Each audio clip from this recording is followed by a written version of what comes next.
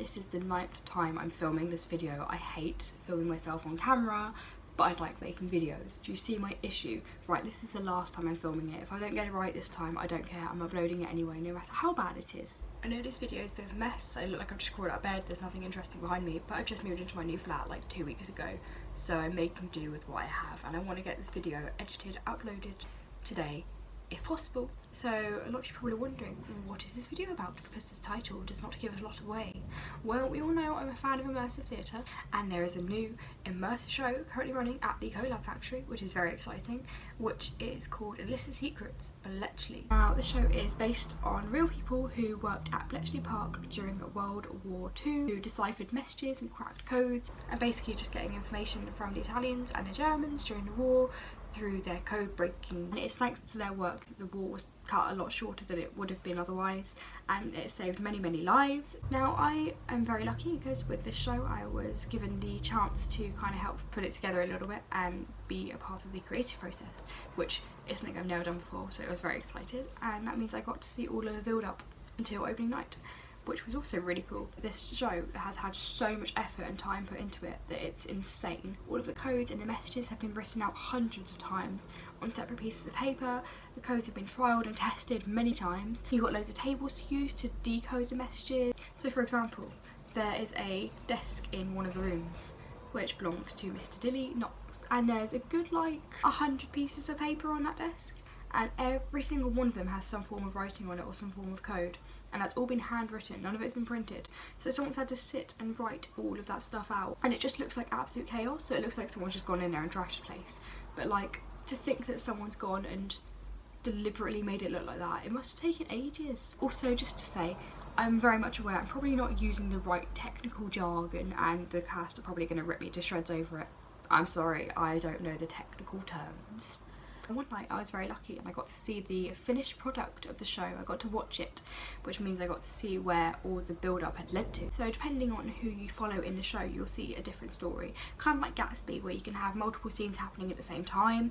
So if you want to see everything, keep going loads, but you can't really do that because there's only 2 shows left. Now, when I heard the words code breaking, I did do a little bit of a panic. I'm quite slow at anything puzzle-esque, and code breaking is essentially a puzzle that you have to solve.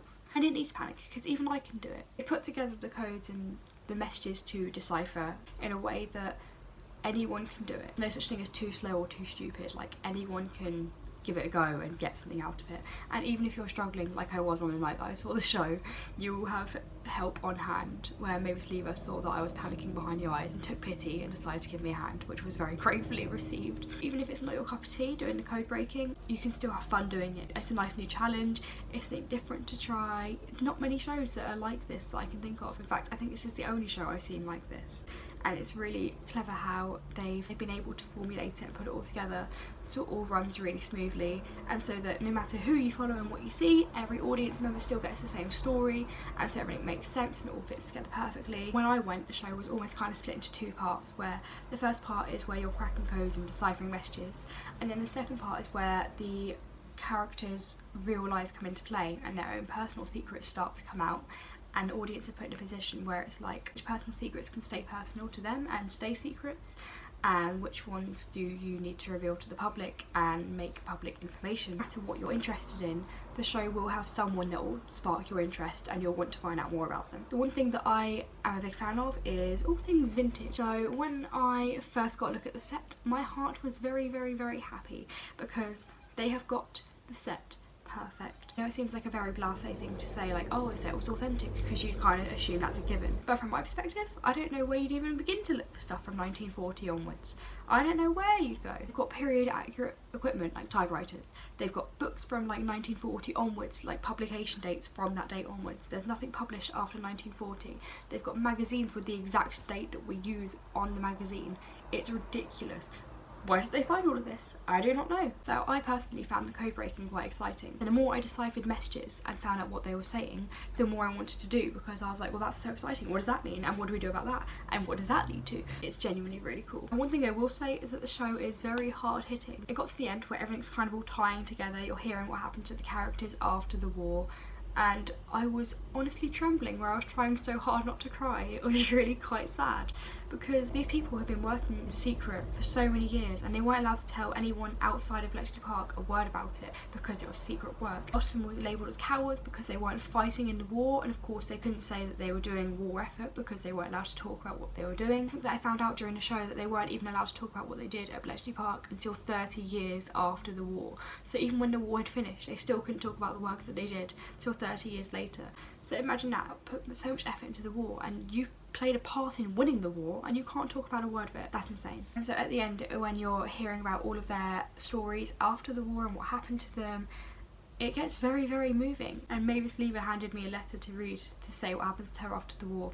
And I was shaking so much that I couldn't even get the note out of the envelope to read it because I was so moved. Like, there are so many moving scenes throughout the show.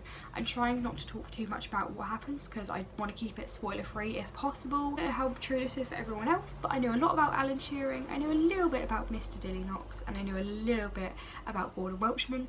I didn't really know much about everyone else, which I know is really bad because they played a part in our history. They helped at Bletchley Park and they helped win the war. I just didn't get taught about them in history at school or anything, and I never thought to research it. But now I've seen the show, I've come away and I've done some more research. Now I always forget to do this with every show I go to see, but for this show I'm going to read out the cast names because they're amazing and they're wonderful and they put in so much hard work and they deserve recognition. Timothy Styles as Alan Turing, Amelia Stevenson as Joan Clark, David Alwyn as Dilly Knox, Beth J as Mavis Lever, Gabriel Burns as Keith Beatty, Tom Black as Gordon Welchman, Sandy Murray as Charles Richardson, and you have Jai Baldwin as Lieutenant Henry Taylor. So it's going to be really embarrassing if I've read their names wrong, considering I see them almost on a daily basis. I am very sorry if I did that.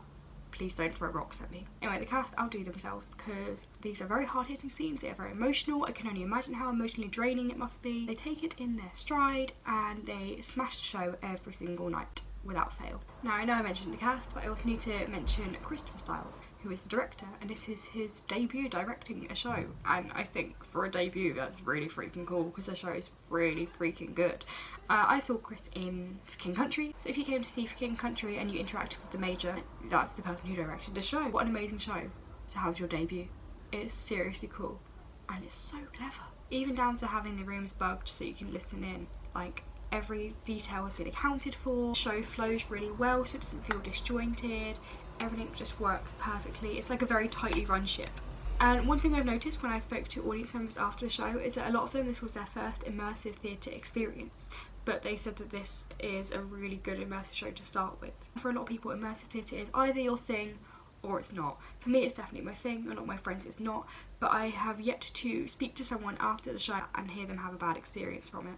Now, I don't know about other audience members, but just speaking from my own personal perspective, I think that the cast and the show itself has definitely done justice to those who worked at Bletchley Park. It's telling their stories in a really lovely, moving way. In any show, I'm a massive sucker if it's based on real people because I think that theatre is an amazing way to tell the stories of real people in a really creative manner. So a show like this is already my cup of tea, and yet when I went to go see the show, I was still blown away by how amazing it is and how well everything works. And I could just carry on talking about how much I love it forever and ever. Basically, Alyssas Secret Bletchley is a very clever war drama and there is something in it for everyone, and even if you don't think it's your cup of tea, I'd highly recommend going and checking it out because you might be pleasantly surprised. I think that for a very short run this show has done really, really well, and I really hope that there is news for it in the future. I'm going to end it there because I feel like I'm just starting to repeat myself, and then it will get to a point where this video is very incoherent and everyone will be like, what did I just watch? Now the show is running until the 28th of August, so if I do my job right and I get this video edited and uploaded today,